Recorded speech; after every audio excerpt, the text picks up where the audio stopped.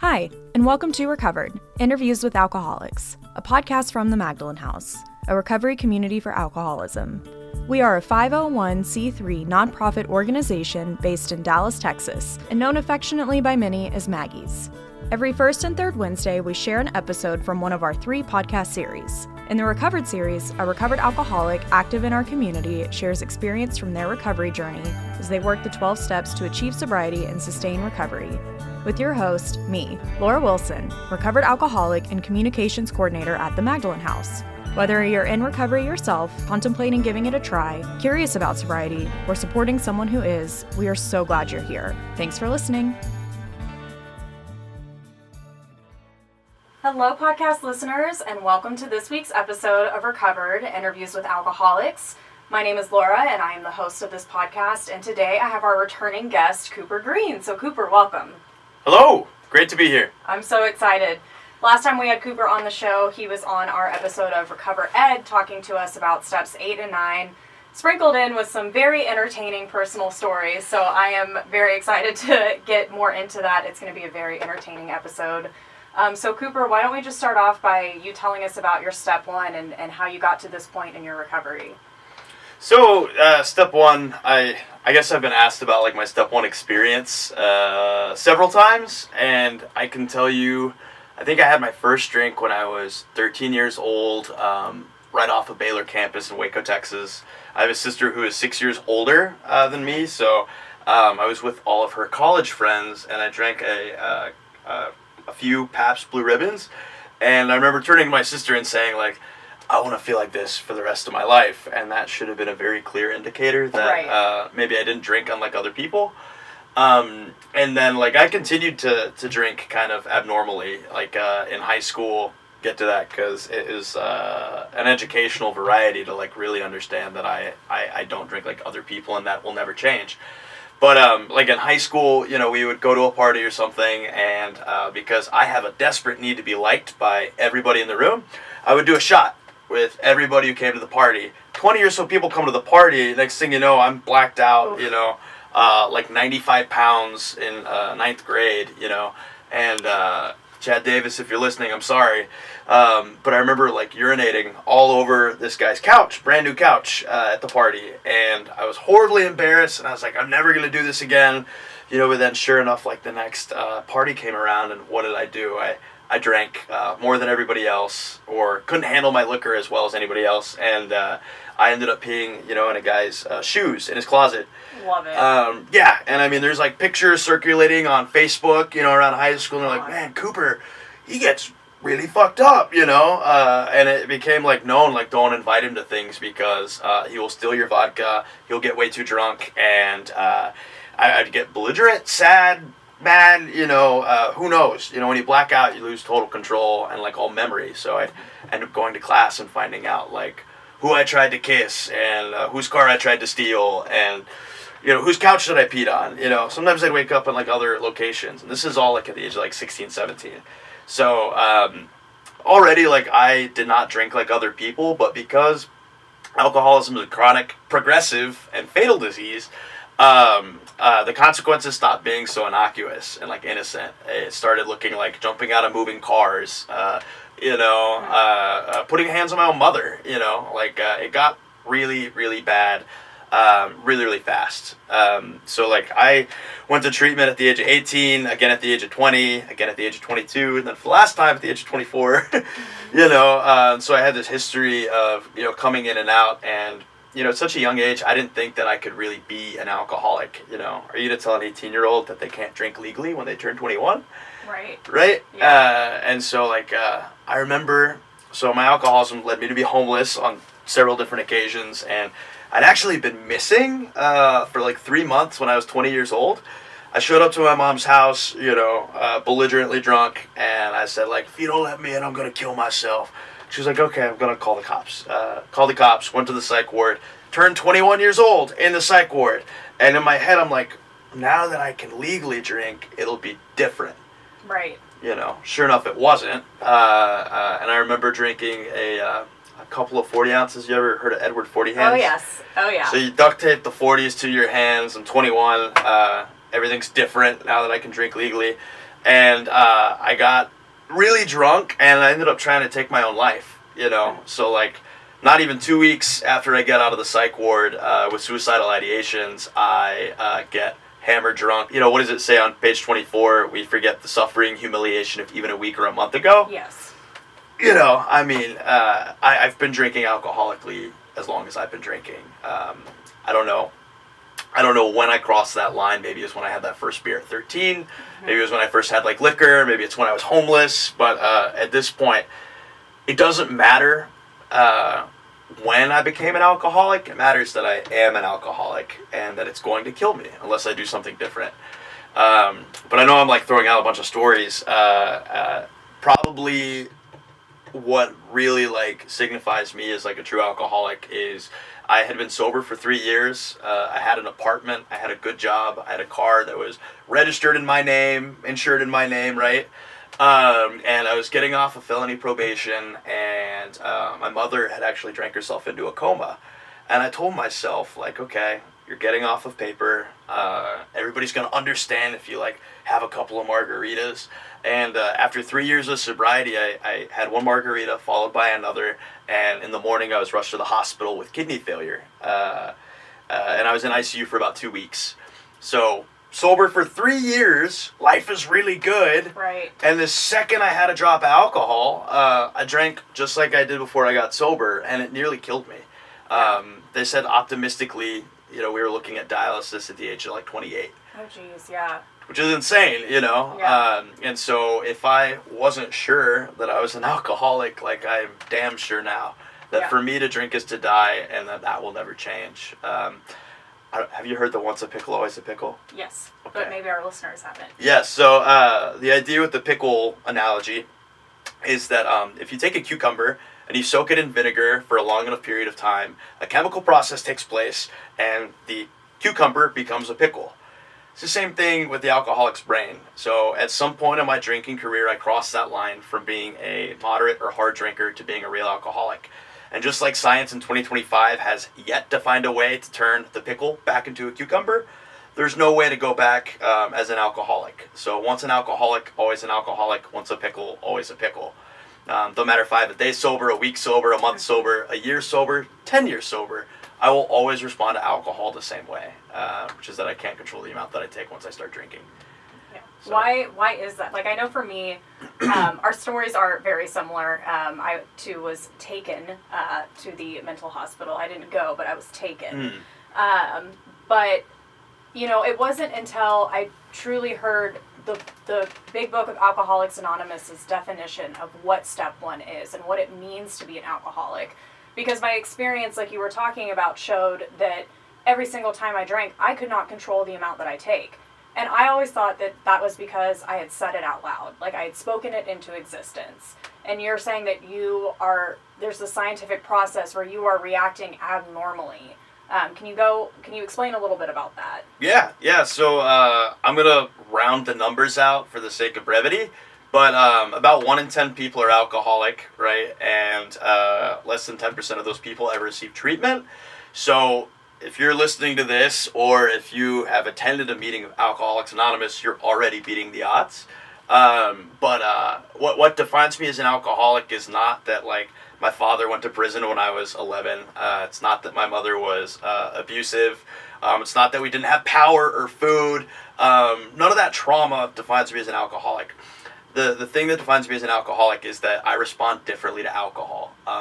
I suffer from the physical allergy, which is once I start, I cannot stop. 1 is too many, 1,000 is never enough. Whatever that limiter is in my brain where I'm tipping back the bottle of vodka and I say, I'm going to black out if I continue to drink, but I don't care. That switch just isn't there. And like, I guess step 1 too, like if we're really talking about powerlessness, like the way I try to describe it to like sponsees or in a meeting setting is like, you know, what is something else that you're powerless over? You know, I'm powerless over the sun coming up in the morning. I'm powerless over the need to breathe oxygen. I'm powerless over gravity, you know. So like it doesn't matter how much money I have, how tall I am, you know, what job I'm working. The sun is going to rise in the morning no matter what. Yeah. No matter how powerful me as a human is, like, I'm powerless over that. And that's the same thing with like my need to drink. I need to drink like I need to breathe air. That's what being an alcoholic means to me. Another good analogy I like is, like, my favorite dessert is key lime pie.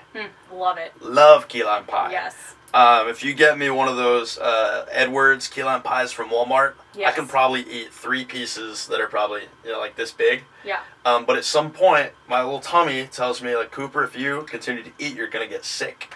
And so my body tells my brain, hey, stop eating or you're going to get sick. And I might push it. I might have a 4th piece, but, like, I will stop, you know? But when it comes to vodka, specifically, I'm a big vodka guy, I'm tipping back the bottle, and I'm telling myself this is a really bad idea, but that same, like, tummy to brain, like, signal just doesn't exist. Right. When I go to the bar and I'm trying to count drinks because I'm trying to moderate and drink like a normal person, I'm already thinking about my next drink while I'm drinking the first.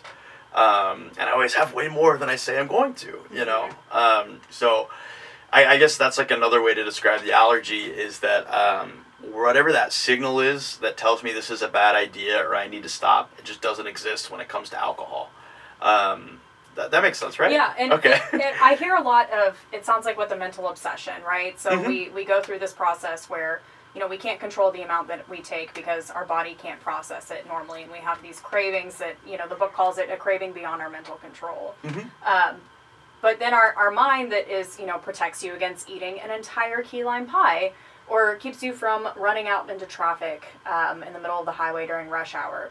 It sounds like you can't distinguish the true from the false. Yes. Your mind is telling you, like, this is a bad idea, but it will be different this time. Yeah.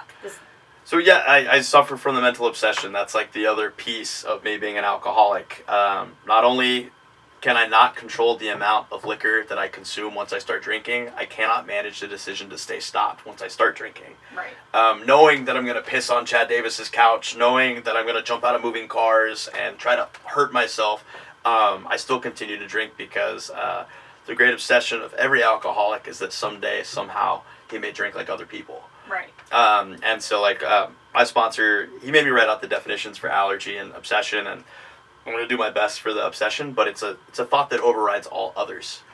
So, I have a litany of reasons as to, like, the truth of what happens when Cooper drinks. I lose my car, I get arrested, I go to psych wards, I go to hospitals, kidney failure, but because I suffer from that mental obsession over here, there's this delusion that, well, maybe if I just drink, beer instead of liquor, it'll turn out different. Maybe if I only drink in a bar, because it's expensive, I won't drink as much. Maybe if I only drink at home where no one can see me, embarrass myself and be, shit-faced blackout drunk, it'll be different. And so that trick in my brain, it just needs to get me to take that first drink. And then I'm off to the races because of the allergy. And especially, for years and years, I thought that was what I deserved. That was like what the mental obsession looked like for me. It's like you're already homeless. Your family is, disowned you, right? How much worse can it get, if you drink a little bit tonight? So I really, I thought of myself as like this, lower than the worms in the earth, scumbag, and to die an alcoholic death was like what I deserved. And so that's how the mental obsession would trick me to continue drinking. And I'm so grateful for the 12 steps now because, like, I realize, like, I'm worthwhile, Yes. I'm worthwhile. I have a hunger for life today that I didn't used to. But that mental obsession, it just needs to trick you once, and then I'm off to the races. Yeah, because a lot of us come into these programs feeling lower than low. We're not exactly coming to get help because we are, on a winning streak in life. So what was different? Because it sounds like you drank for many number of years, and you had consequences for many number of years. And like you said, your consequences don't make you, or your consequences aren't what define you to be an alcoholic. What made you want to get recovered? So initially, I didn't want to be a felon. Right. Right? Like, I remember getting arrested for felony possession in 2018 and feeling the handcuffs, click behind my... Yep. And I was like, oh, this is real. Yep. This is different. My life's different from here on out. You know, I graduated from like being like a cool guy who likes to party to like, you know, maybe doing some time in prison, right? Or state jail. And so in lieu of going to, you know, like the state or the prison system rehab, I asked my family very politely just one more time to send me to rehab, and they sent me to long-term treatment. And while I was there, I had the time and the space necessary to work the 12 steps of Alcoholics Anonymous, but I had that reservation in the back of my head that once I get off of paper, once I get the job, once I become a full-fledged adult, you know, with responsibilities, maybe I can drink a little bit. Just on the weekends, or just at the bars, or just to pick up girls, you know, whatever it may be.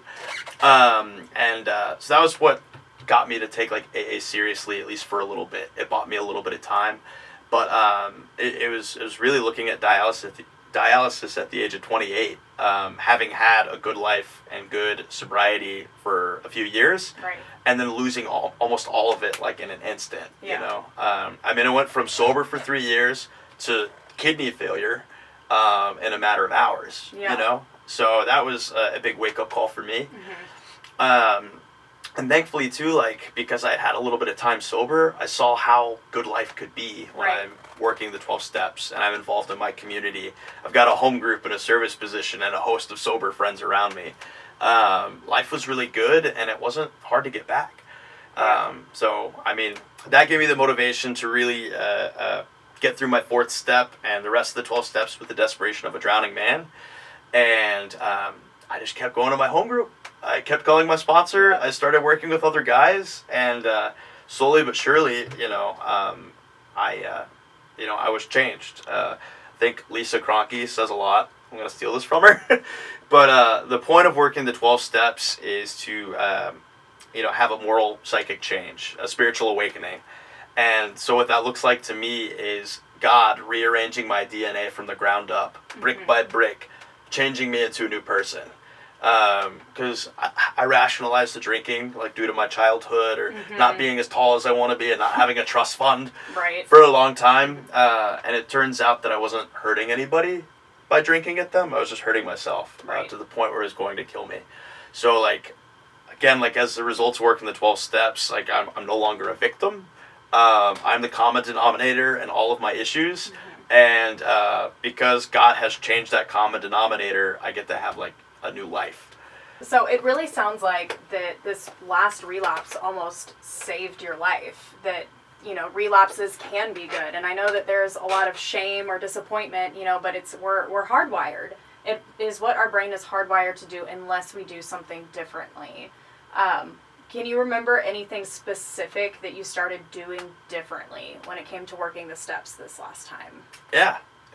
My sponsor said, you know, because I got sober, right? I got out of treatment, and, you know, part of working the steps is like shattering this delusion of how we interact with the world and how the world perceives us. So having that, you know, delusion smashed, I was like, oh my God, I'm a huge piece of shit.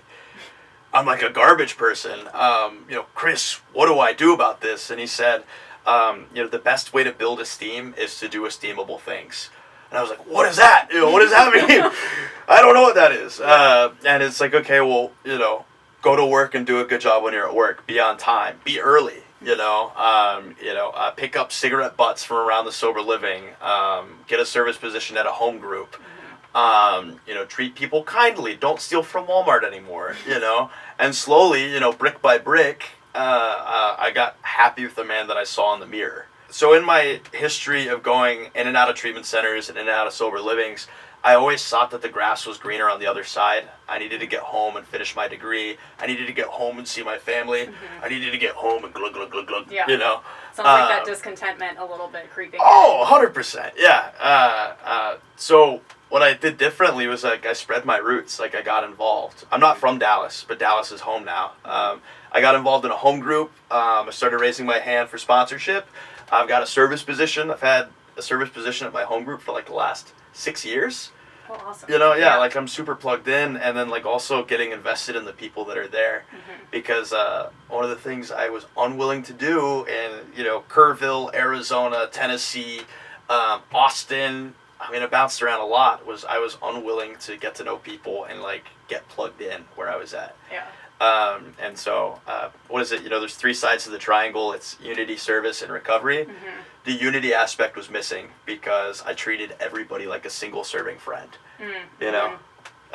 And so the difference today is, like, when I got to Dallas, I really, really heavily got involved to the point where my sponsor is like, you're lacking in the other 2 areas, but you're super involved, so that's good. Yeah. You know, but my program was trash. Yeah.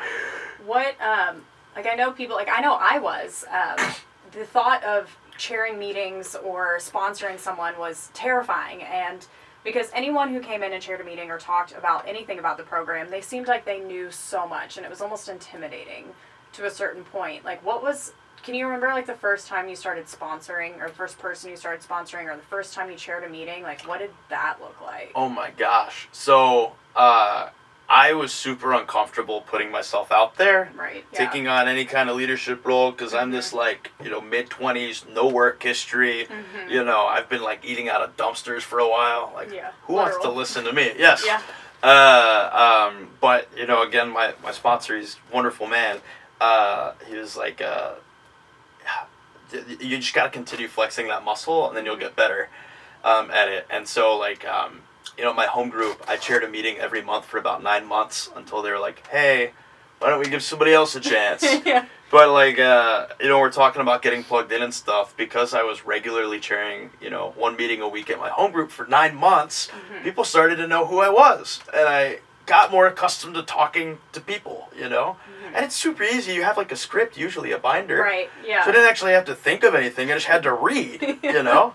But doing that over and over again got me in the habit of being okay talking, you know, in front of people.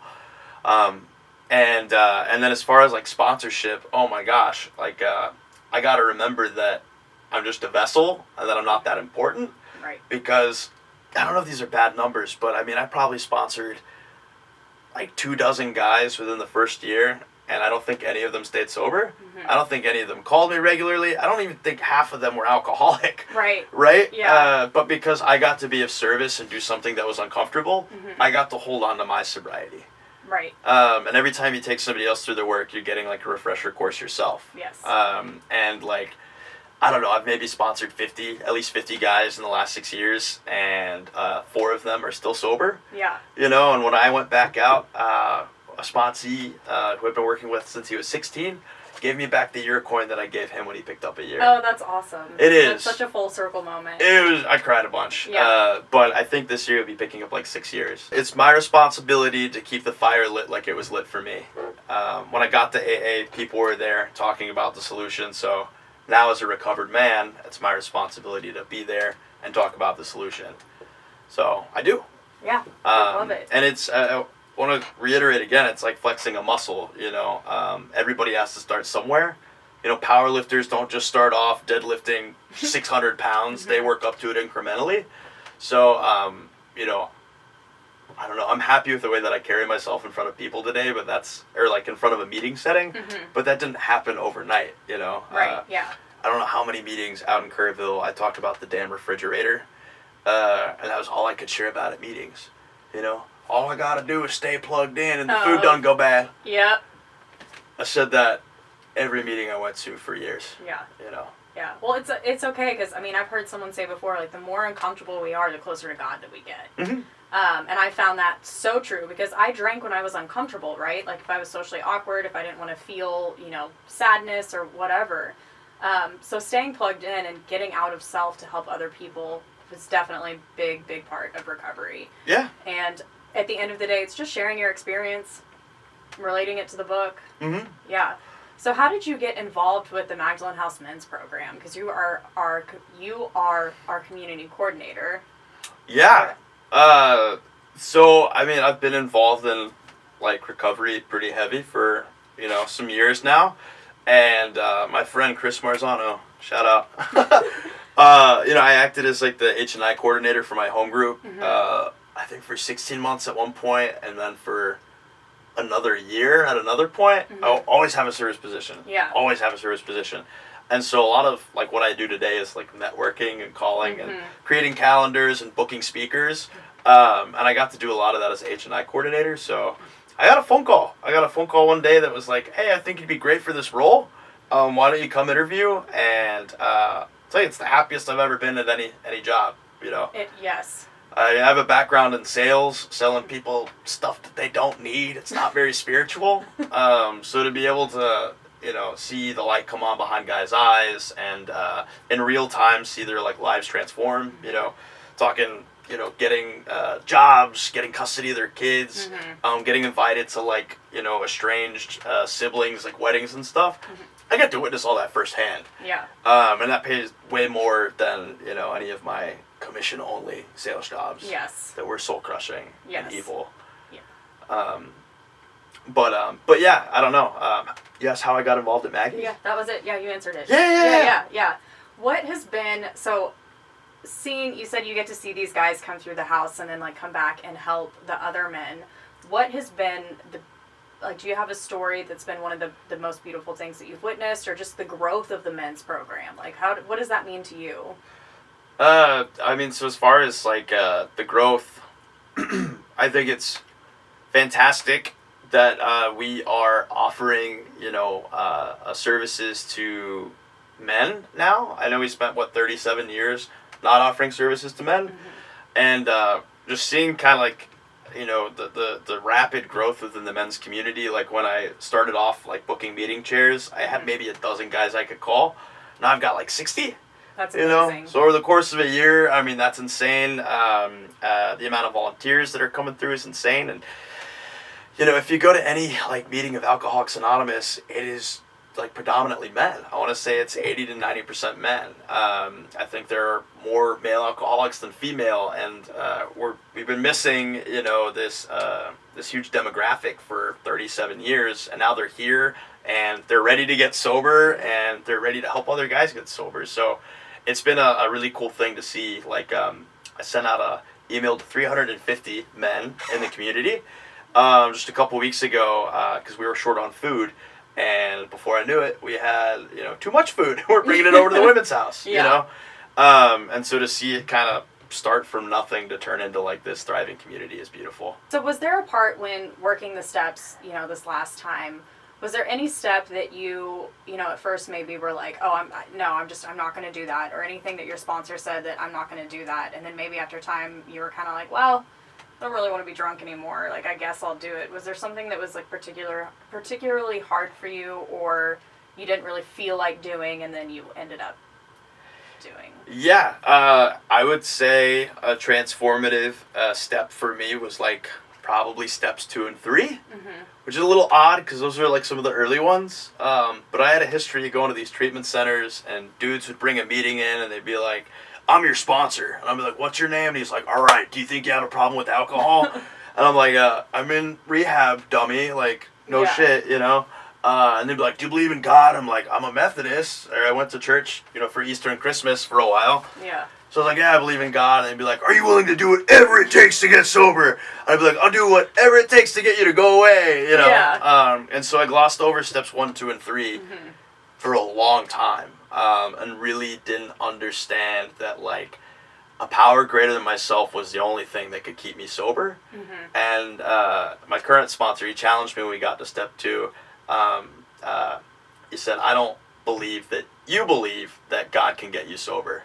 And I was like, come to think of it, you're absolutely right. You know, God took my dad from me at an early age. God made mom me an alcoholic. You know, God made me 5'6". I'm so short, you know. I'm not that short, but I had all these reasons as to like how God had gave me like a bad hand of cards, you know. I look at organized religion and I think that's for like sheep or like the weak, right? I would look at AA and I would see 50, 60-year-old men on their 3rd divorce who haven't talked to their kids in 15 years, smoking cigarettes. And I was like, I don't want to get sober to turn into this, you know. Goodness, I had a lot of contempt. I thought that AA was like a Ponzi scheme, you know? I thought that treatment was, you know, all about money laundering. I thought that the 12 steps were for like old divorced dads who didn't have any friends, you know? And I thought that God, you know, may be real, but he did not care about me. So when it came to step 2, you know, that quote in the back of the book by Herbert Spencer, there's a bar against all information, which is proof against all arguments, which cannot fail to keep a man in everlasting ignorance. That belief is, contempt prior to investigation. My sponsor really leaned into that, and he said, like, I think that you have so much beef, like a chip on your shoulder this big, that it's keeping you from having a new experience with the 12 steps. And so he had me, write it all down on a sheet of paper and then literally set it aside and borrow, his belief system.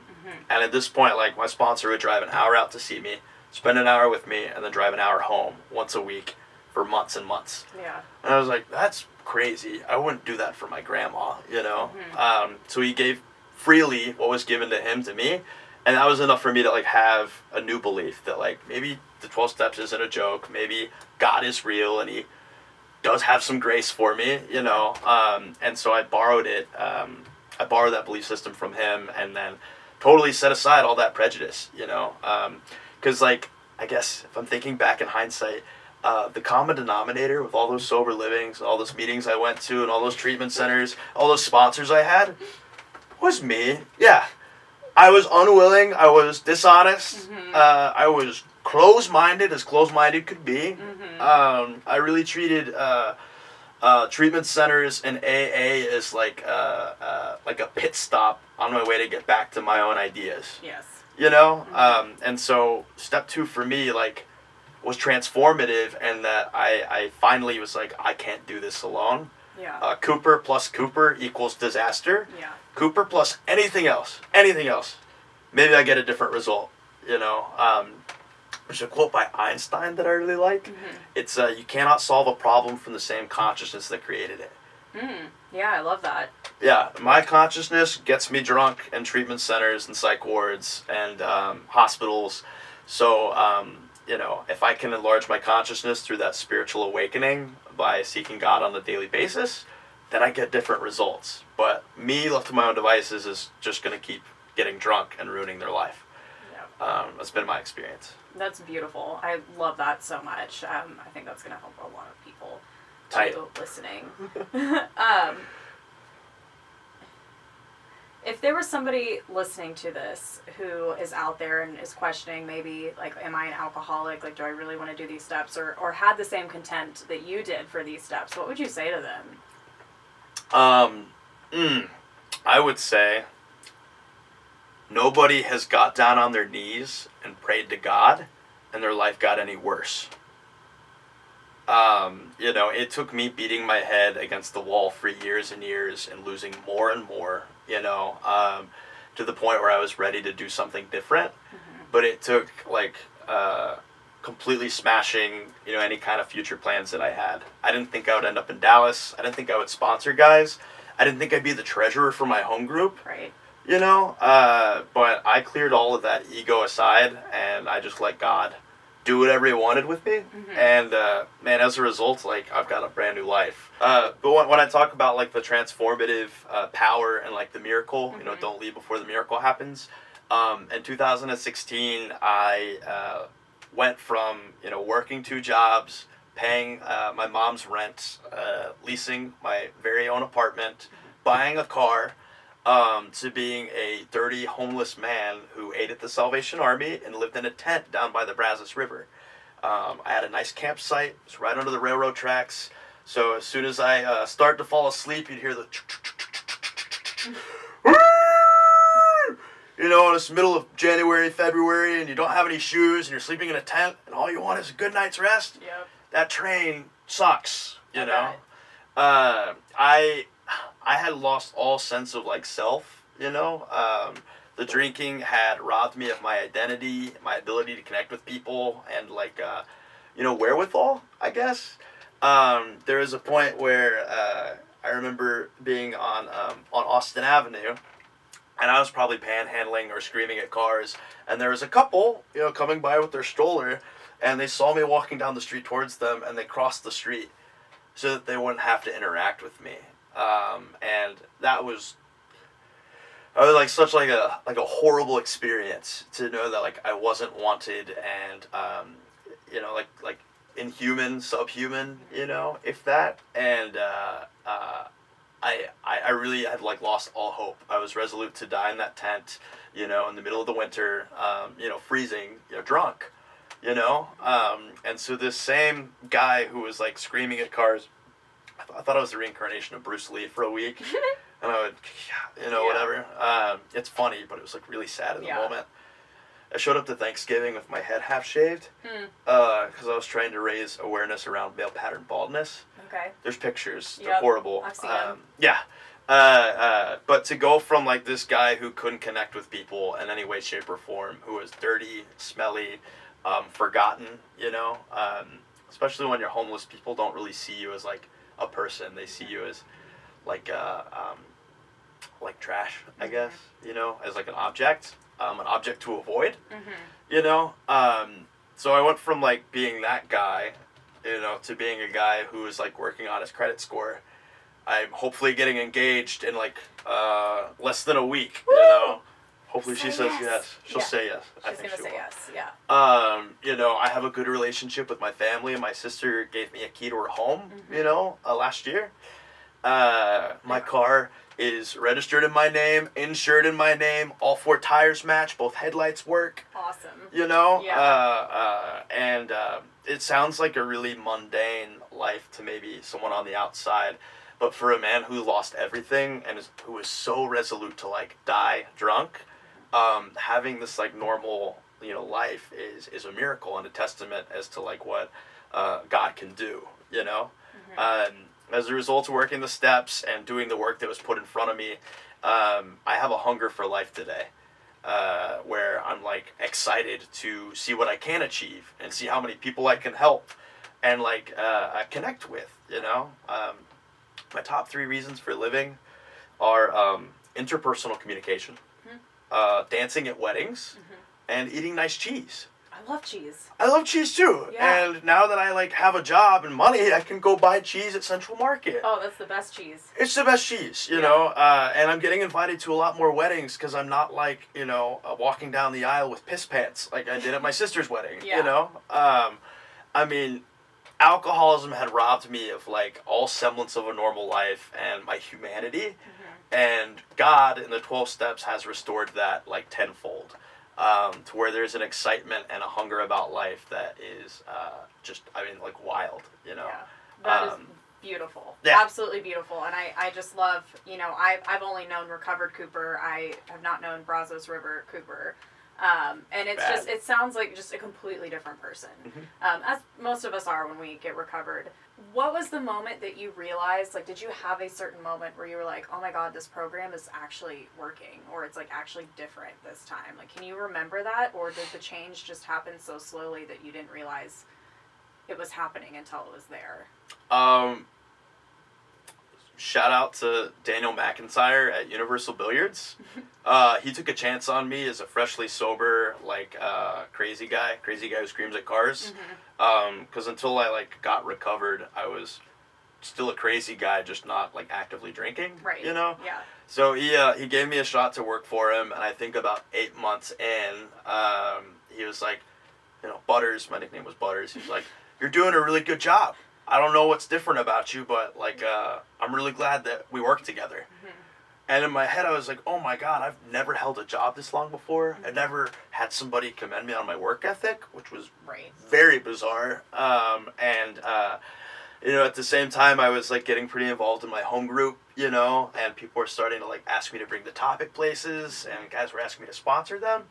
And so it all kind of coincides together, but I remember being like, oh my gosh, I've held a job for more than 3 months, and being like, this is working, I think another time was probably like when I did my body of work 4th step, which was super huge. I had done these half-assed 4 steps over and over and over again, and when I sat down with my sponsor and got to look at the causes and conditions by which I drink, and shatter that delusion for the first time, it was a rite of passage for me, to say, like, I did the work, I'm capable of it, and maybe, like, I can be a member of Alcoholics Anonymous and get a brand new life. I think that was probably where I started to see some hope, but it was because I did the work, Willingness is mentioned 70-something times in the first 164 pages. So almost every time you turn a page, they're being like, remain willing. You got to be willing. Do the work. Half measures availed us nothing, you know.